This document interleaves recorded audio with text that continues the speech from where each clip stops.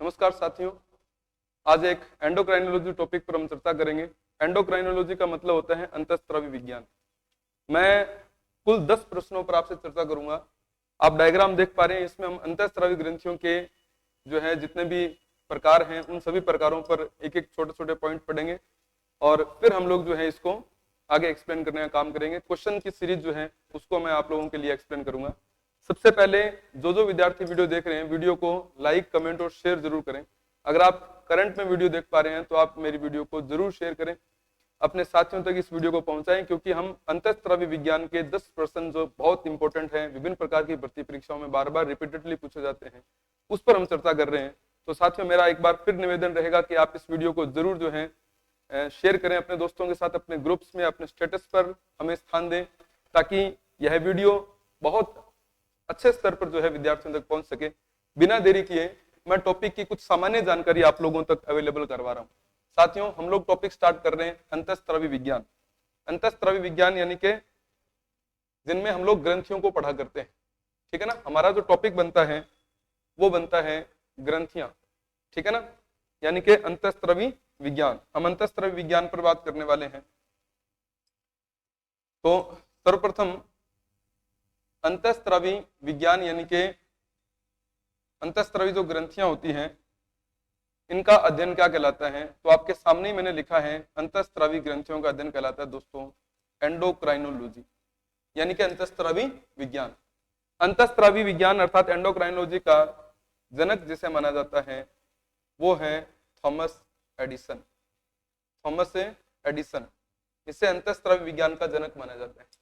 अंतःस्रावी ग्रंथियां किसका स्त्राव करती हैं, तो साथियों ध्यान दें, अंतःस्रावी ग्रंथियां हार्मोन का स्त्राव करती हैं।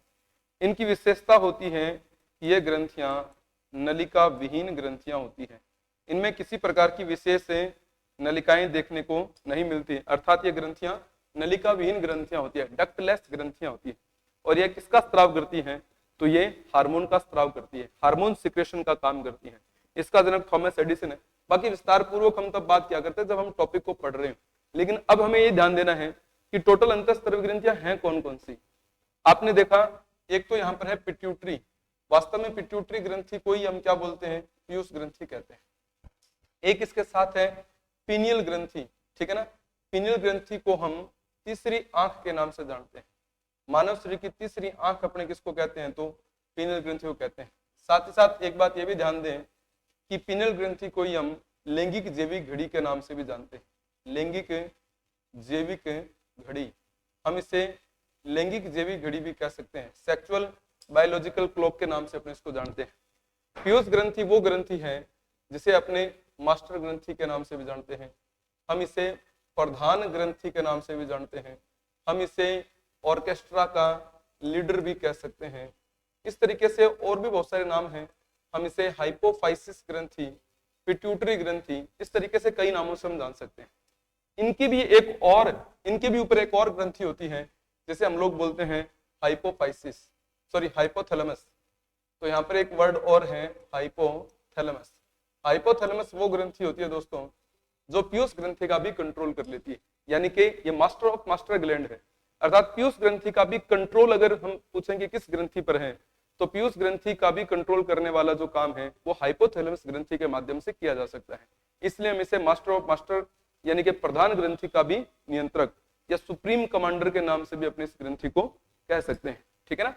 इसी तरह हम देखें कि पीनियल ग्रंथि कहां पर है, तो हमारे ब्रेन में है, ठीक है ना। ये जो येलो स्पॉट है ये पीनियल बॉडी का है। और यहाँ पर जब आप देखेंगे मटर के दाने के समान एक ग्रंथि है जो मानव शरीर की सबसे छोटी अंतःस्रावी ग्रंथि होती है। उस ग्रंथि में हम किसको पढ़ा करते हैं, तो इसमें हम पढ़ा करते हैं पीयूष ग्रंथि को। उसके बाद में अगर आप थोड़ा ध्यान दें तो आप पाएंगे यहाँ पर कि गले के अंदर अंग्रेजी के एच अक्षर के समान, अंग्रेजी के एच अक्षर के समान कौन सी ग्रंथि है, थायराइड ग्रंथि। कहते हैं कि इसकी आकृति जो है तितली के समान भी देखी जा सकती है। तो अंग्रेजी के एच अक्षर के समान या तितली के समान पाई जाने वाली ग्रंथि कौन सी है, थायराइड। यह सबसे बड़ी अंतःस्रावी ग्रंथि के रूप में जानी जाती है। साथ ही साथ अगर आप ध्यान दें तो थायराइड की 2 लोब हैं, 2 पालियां हैं, और दोनों पालियों पर मटर के 4 दानों के समान अगर आप देखें तो यहाँ पर जो ग्रंथि उसका नाम है दोस्तों पैराथायराइड ग्रंथि। अर्थात थायराइड की दोनों लोब के ऊपर मटर के 4 दानों के समान पैराथायराइड ग्रंथि को हम देखा करते हैं। उससे अगर थोड़ा नीचे की तरफ अगर अपने मूव करें तो हम यहाँ पर देखते हैं एक ग्रंथि जिसका नाम है एड्रिनल ग्रंथि। एड्रिनल ग्रंथि किडनी के दोनों किडनी है उनके ऊपर के छोर के ऊपर पाई जाती है। इसकी आकृति टोपी के समान देखने को मिलती है। तो टोपी के समान किस ग्रंथि को हम देखते हैं तो एड्रिनल ग्रंथि अर्थात अधिवृक्क ग्रंथि। फिर अगर हम थोड़ी चर्चा करें तो पैंक्रियाज यानी कि अग्नाशय ग्रंथि का भी जिक्र यहाँ पर आता है, अग्नाशय ग्रंथि। फिर महिलाओं में ओवेरी यानी कि अंडाशय और पुरुषों में टेस्टिस यानी कि वृषण। दोस्तों महिलाओं में अंडाशय बॉडी के भीतर पाए जाते हैं, जबकि वृषण पुरुषों में बॉडी से बाहर एक वृषण कोष नामक थैलीनुमा संरचना में बाहर की तरफ लटके रहते हैं। क्यों? क्योंकि इनको टेम्परेचर रेगुलेशन की आवश्यकता पड़ती है। मानव शरीर का जो सामान्य तापक्रम होता है वो होता है 37 डिग्री, और शुक्राणु बनाने के लिए हमें टेम्परेचर की मानव शरीर के टेम्परेचर की तुलना में 2 से 3 डिग्री सेंटीग्रेड टेम्परेचर की कमी की आवश्यकता होती है। कहने का मतलब हम लगभग 34 से 35 डिग्री सेंटीग्रेड टेम्परेचर पर शुक्राणु के निर्माण की प्रक्रिया को अंजाम देते हैं। यही कारण है कि हमारे वृषण जो होते हैं वो बॉडी से बाहर लटकी हुई अवस्था में देखने को मिलते हैं। जबकि अगर आप अंडाशय की बात करें तो अंडाशय महिलाओं के बॉडी के अंदर ही स्थापित होते हैं, क्योंकि इनमें टेम्परेचर का कोई इस तरीके का कोई भेद देखने को हमें नहीं मिलता। तो ये एक मुख्य वजह है जिस वजह से हम हमारे वृषणों को बॉडी से बाहर देख पाते हैं। एक इसमें ग्रंथि एब्सेंट है, मैं आपको बता दूं, हमारे फेफड़ों के पास एक धागे के समान ग्रंथि पाई जाती है दोस्तों, जिसका नाम है थाइमस ग्रंथि। एक ऐसी ग्रंथि जो धागे के समान होती है, युवावस्था में विकसित, किशोरावस्था में विकसित, लेकिन जैसे जैसे हमारी उम्र बढ़ती है वैसे वैसे वृद्धावस्था में या तो गायब हो जाती है या एक अत्यंत ही महीन धागे के समान रह जाती है। इस तरीके से हम लोग कुछ ग्रंथियों के बारे में चर्चा किया करते हैं। बिना देरी किए आज मैं 10 प्रश्नों पर एक सेशन लेके आ रहा हूं और इन 10 प्रश्नों पर हम चर्चा करते हैं। तो सबसे पहला प्रश्न अगर आप गौर करें तो हमने पहले ही प्रश्न में एक क्वेश्चन दिया है, मेलेटोनिन हार्मोन का संबंध किस ग्रंथि से है। तो यहाँ यह बहुत अच्छा प्रश्न है दोस्तों, मेलेटोनिन हार्मोन का संबंध किस ग्रंथि से। यहाँ पर हम लोग 2 बातें पढ़ा करते हैं, अगर आपने कभी गौर किया हो तो 2 पॉइंट्स यहाँ पर हम पढ़ा करते हैं, मेलेटोनिन और एक मेलेनिन। आप दोनों में थोड़ा ध्यान दें। अगर आप मेलेनिन की बात करते हैं तो यह एक वर्णक है जो हमारी त्वचा के रंग का निर्धारण करता है, ठीक है ना। इसका संबंध है पीयूष ग्रंथि से। एक तो ये चीज है। अगर आप बात करें मेलेटोनिन की तो आप थोड़ा ध्यान दें, मेलेटोनिन जो हार्मोन है यह मेलेनिन से बिल्कुल भिन्न हार्मोन है। यह हार्मोन किस ग्रंथि से स्रावित होता है तो आप ध्यान दें, यह हार्मोन पीनियल ग्रंथि से स्रावित होने वाला एक मुख्य हार्मोन है। इस हार्मोन का स्राव जो हो किस ग्रंथि से होता है तो आप ध्यान दें, इस हार्मोन का स्राव हमारी पीनियल ग्रंथि से देखने को हमें मिलता है।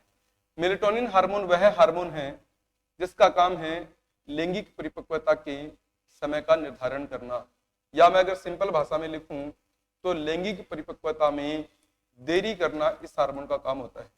यही कारण है दोस्तों कि हम पीनियल ग्रंथि को लैंगिक जैविक घड़ी कहते हैं, अर्थात एक ऐसा हार्मोन जो मानव शरीर के सेक्सुअल मॉडिफिकेशन के टाइमिंग को रेगुलेट करता है। हमारा शरीर टेम्परेचर के आधार पर सेक्सुअल मैच्योराइजेशन या मॉडिफिकेशन को कंट्रोल करने का काम करता है। जहां पर टेम्परेचर ज्यादा होता है उन क्षेत्रों में पुरुष और महिलाओं का लैंगिक विकास अति शीघ्र होता है, क्योंकि इस हार्मोन की वहां पर कमी देखी जाती है। और जिन क्षेत्रों में तापमान कम होता है वहां पर इस हार्मोन की इतनी अधिकता हो जाती है कि वह लैंगिक परिपक्वता में काफी देरी करता है, अर्थात वहां पर रहने वाले जो पुरुष और महिलाएं होती हैं उनमें लैंगिकता का विकास थोड़ा देरी से होता है। इसी वजह से हम लोग इसे लैंगिक जैविक घड़ी के नाम से जानते हैं दोस्तों। तो ये पॉइंट भी अपने को याद रखने लायक है कि लैंगिक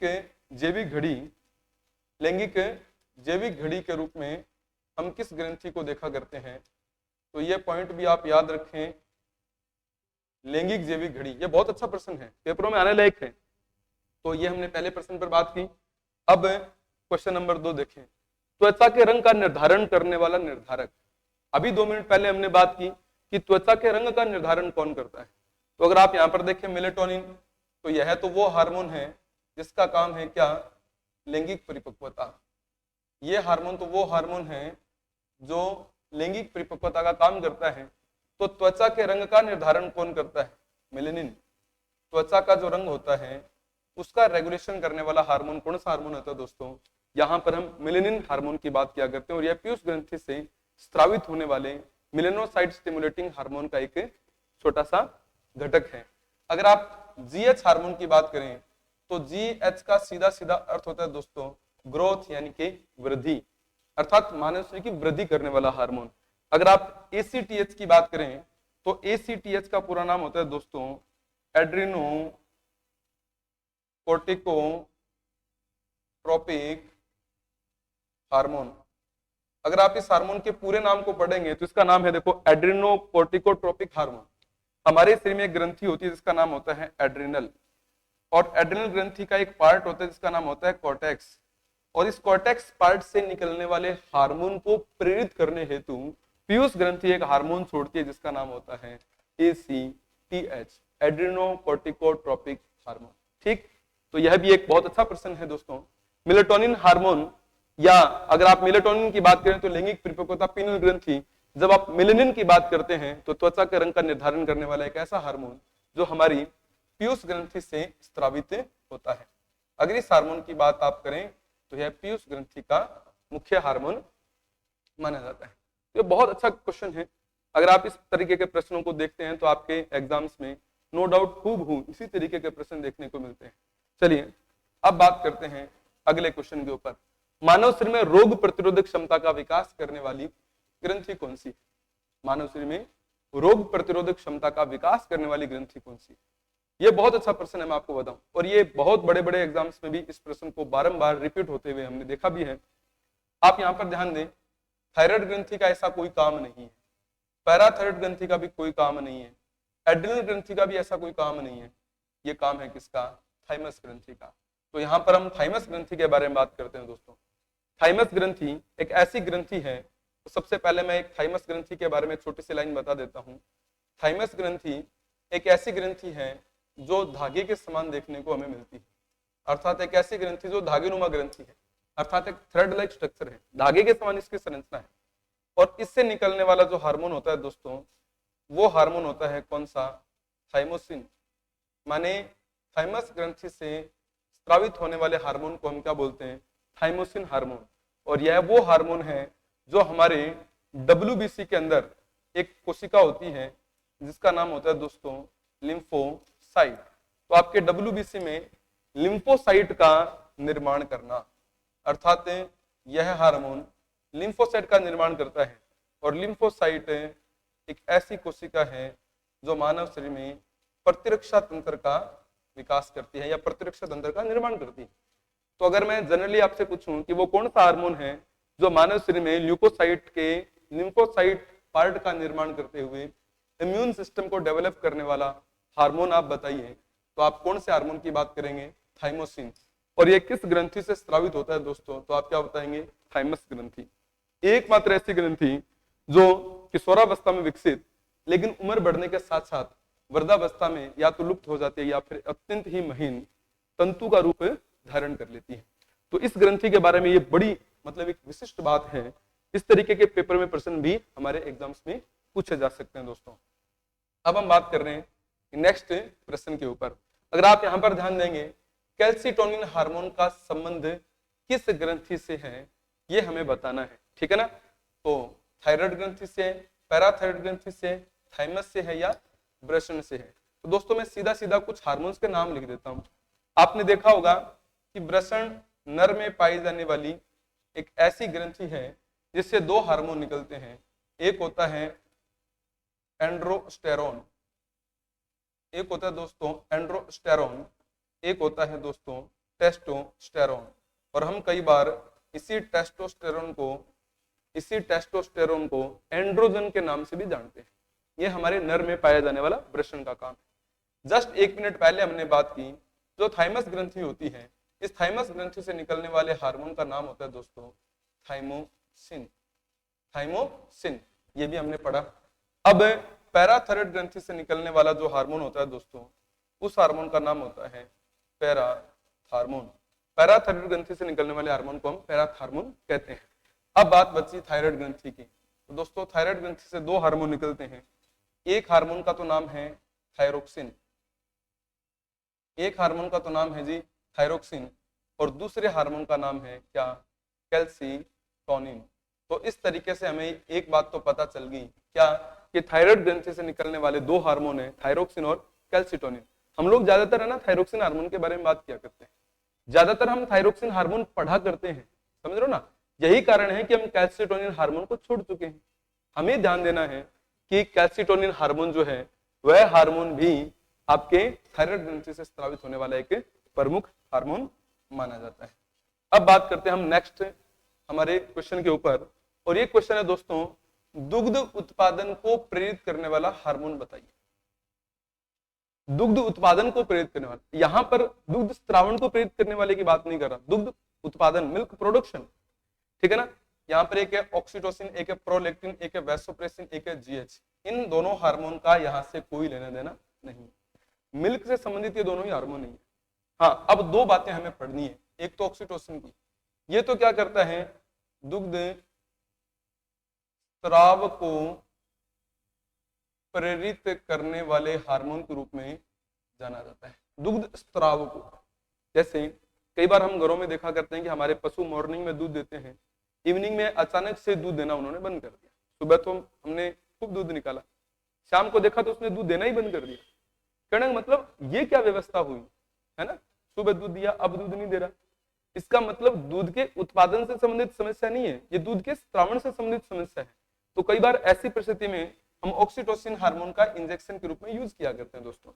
लेकिन अब हमारे पास जो सेकंड क्वेश्चन है वो ये है प्रोलैक्टिन, इसे मेमोट्रोपिक हार्मोन के नाम से भी जाना जाता है, इसे LTH hormone, lactogenic trophic hormone के नाम से भी जाना जाता है।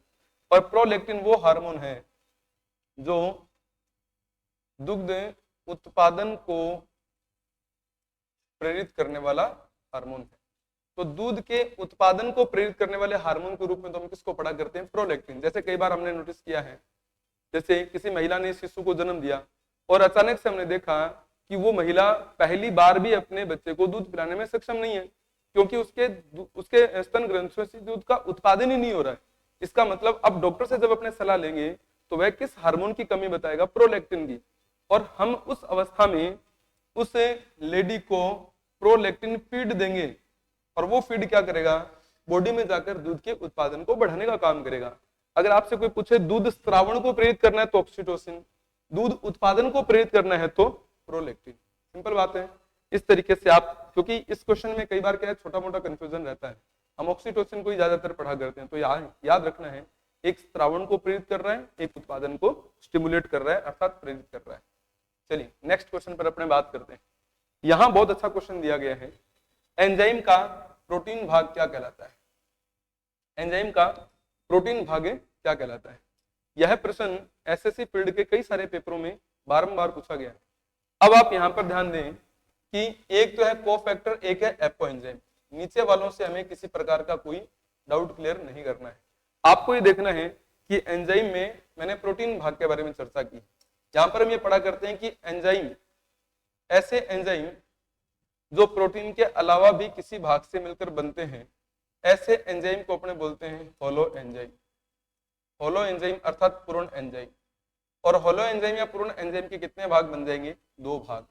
एक तो बन जाएगा वो भाग जो प्रोटीन भाग है, और एक बन जाएगा वो भाग जो प्रोटीन का बना हुआ नहीं है, अर्थात अप्रोटीन भाग है। ठीक है ना। तो जो प्रोटीन भाग है इसको तो हम दोस्तों बोलते हैं एपो एंजाइम। यह तो क्या कहलाता है, एपो एंजाइम। जबकि जो अप्रोटीन भाग होता है इसको हम दोस्तों कहते हैं कोफैक्टर, अर्थात कोऑपरेटिव फैक्टर। और कोफैक्टर को हम हिंदी में कहा करते हैं सहकारक।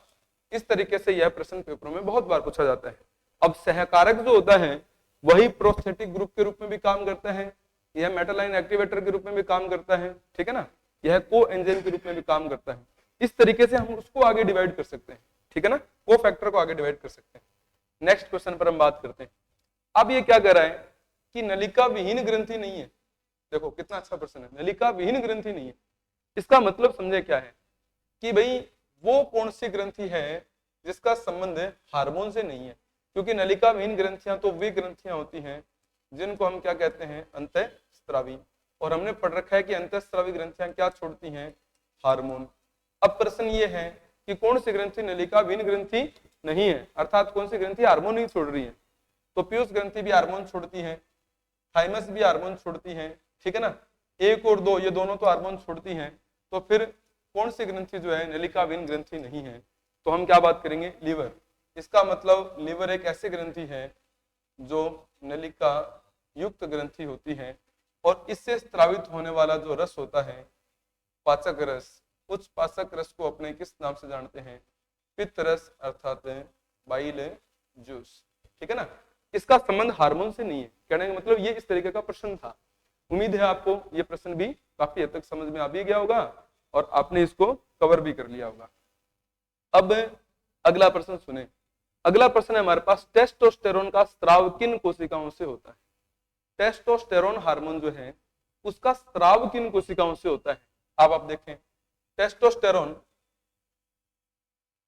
मानव शरीर में वृषण से स्रावित हार्मोन है, वृषण से स्रावित होने वाला एक सेक्स हार्मोन है। ठीक है ना?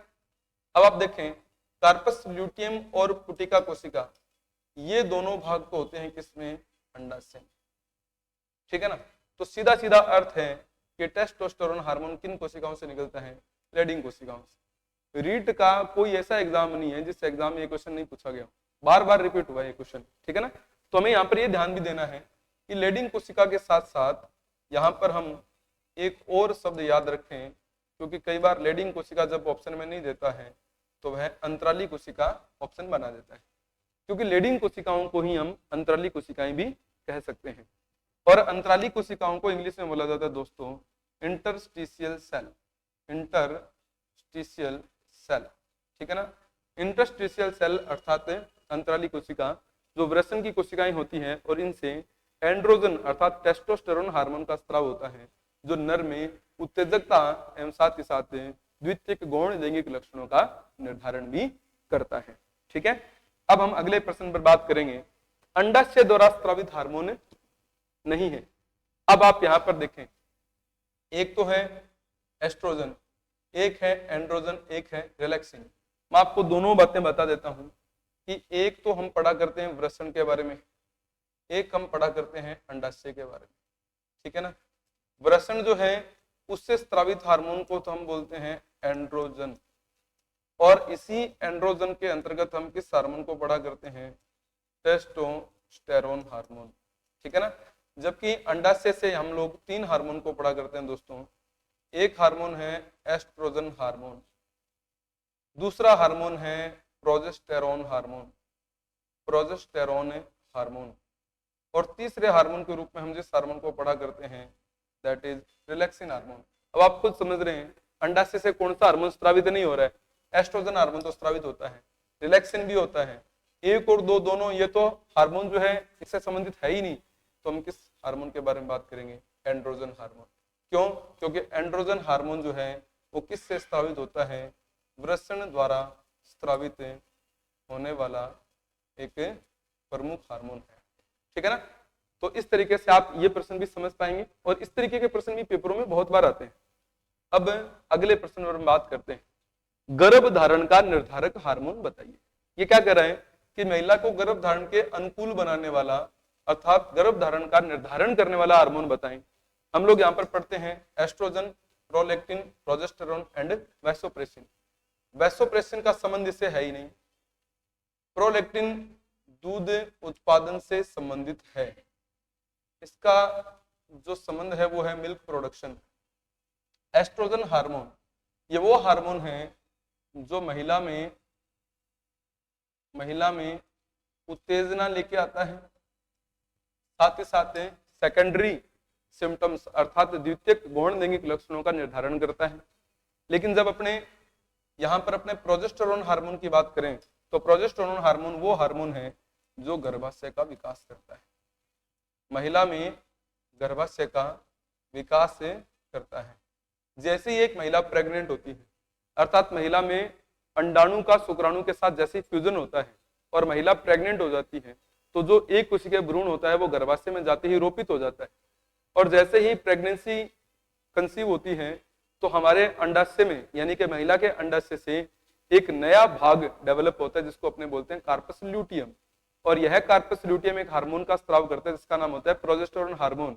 अर्थात हमारे शरीर को यानी कि महिला के शरीर को ये जानकारी मिल जाती है कि महिला प्रेग्नेंट है और अब उसके गर्भाशय का विकास करना आवश्यक है ताकि वह विकसित गर्भाशय नए भ्रूण को पोषण और रहने के लिए अनुकूल परिस्थितियां प्रोवाइड करवा सके। अर्थात गर्भाशय विकास करना, या मैं ये भी लिख सकता हूं महिला को गर्भधारण के अनुकूल बनाना। महिला को गर्भधारण के अनुकूल बनाने वाले हार्मोन के रूप में कौन सा हार्मोन काम करता है? तो आप क्या बताएंगे? Progesterone hormone. और यह अंडाशय के किस भाग से स्रावित होता है? तो यह अंडाशय के कार्पस ल्यूटियम भाग से स्रावित होने वाला एक प्रमुख हार्मोन है। तो दोस्तों एंडोक्राइनोलॉजी के मैंने सिर्फ 11 क्वेश्चन आप लोगों के लिए सिलेक्ट किए। भविष्य में और भी इस तरीके के मैं आपके लिए शॉर्ट वीडियोस लेके आऊंगा। हाँ, एक बात मैं आपको बता दूं, नेक्स्ट जो भी हम लोग कोई वीडियो बनाए साइंस से संबंधित कोई टॉपिक या किसी अदर सब्जेक्ट से संबंधित टॉपिक, तो टेलीग्राम में हम उसकी सूचना डाल देंगे कि इतने बजे लाइव सेशन रखा जाए, उसमें हम लोग 10 से 15% या 20% या 25% जितने भी पर्सन हो सके उनके ऊपर हम चर्चा करें, और साथ ही पुराने पेपर जो है उनका भी सॉल्यूशन हम लोग आप लोगों को लाइव सेशन के दौरान करवाएं। तो हम जैसे उसका नोटिफिकेशन डालें, एक दिन पहले हम उसका टाइमिंग और नोटिफिकेशन डाल देंगे, तो आप पूर्ण रूप से तैयारी करके और उस वीडियो को कंप्लीटली देखकर अपने प्रश्नों का लाइव सेशन के दौरान आंसर देने के लिए आप तैयार रहें और हमारे YouTube लाइव सेशन के साथ जुड़ें। इसी आशा के साथ कि आप इस वीडियो को अधिक से अधिक शेयर करेंगे, कमेंट करेंगे और साथ ही इस वीडियो से फायदा भी उठाएंगे और भविष्य में हमारे लाइव सेशन के लिए भी तैयार रहेंगे। बहुत बहुत धन्यवाद सबका। All the best for all of you. Thanks a lot.